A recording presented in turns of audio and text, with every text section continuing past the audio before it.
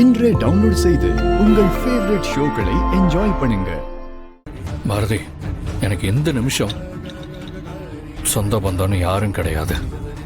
மித்ரா மட்டும் இல்லைன்னா நான் ஒரு அனாதை. அது மட்டும் இல்லை, எனக்குன்னு இப்போ இருக்கிறது அவ மட்டும்தான்.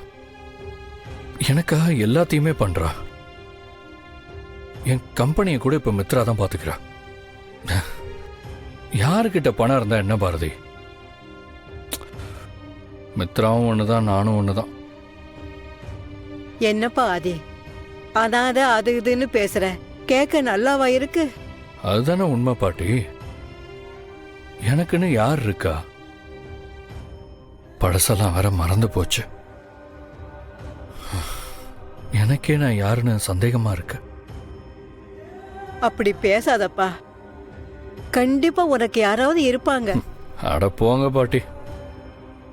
அப்படி யாராவது இருந்திருந்தா இந்நேரம் என்னை தேடி வராமலா இருந்திருப்பாங்க. அப்படிலாம் யாரும் இருப்பாங்கன்னு எனக்கு நம்பிக்கை இல்லை பாட்டி. மித்ரா ஒருத்தி தான் என்னை பாத்துக்கிறா. ஆதி, இப்படி பேசுறத கேட்க ரொம்ப கஷ்டமா இருக்கு. இப்படி எல்லாம் பேசாதப்பா. பாட்டி, நீங்க இப்படி பேசுறது எனக்கு ஆறுதலா இருக்கு. பட் உண்மை என்னன்னா, எனக்குன்னு யாருமே இல்லை பாட்டி. எனக்கு தான் எல்லாமே மறந்து போச்சு.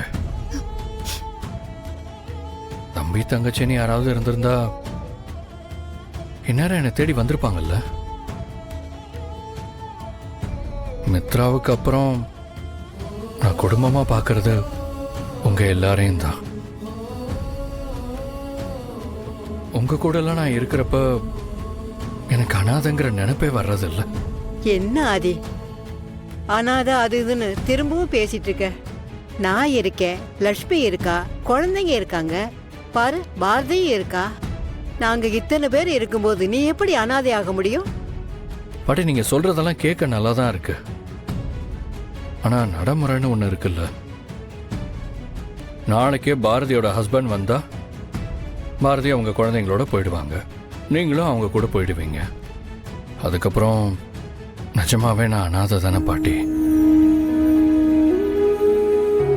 ஸோ மித்ரா ஒருத்தி தான் நிரந்தரம்னு நான் நம்புறேன். அவகிட்ட போயிட்டு இது என்ன கணக்கு ஏது கணக்குன்னு என்னால காரணம்லாம் கேட்க முடியாது பாட்டி.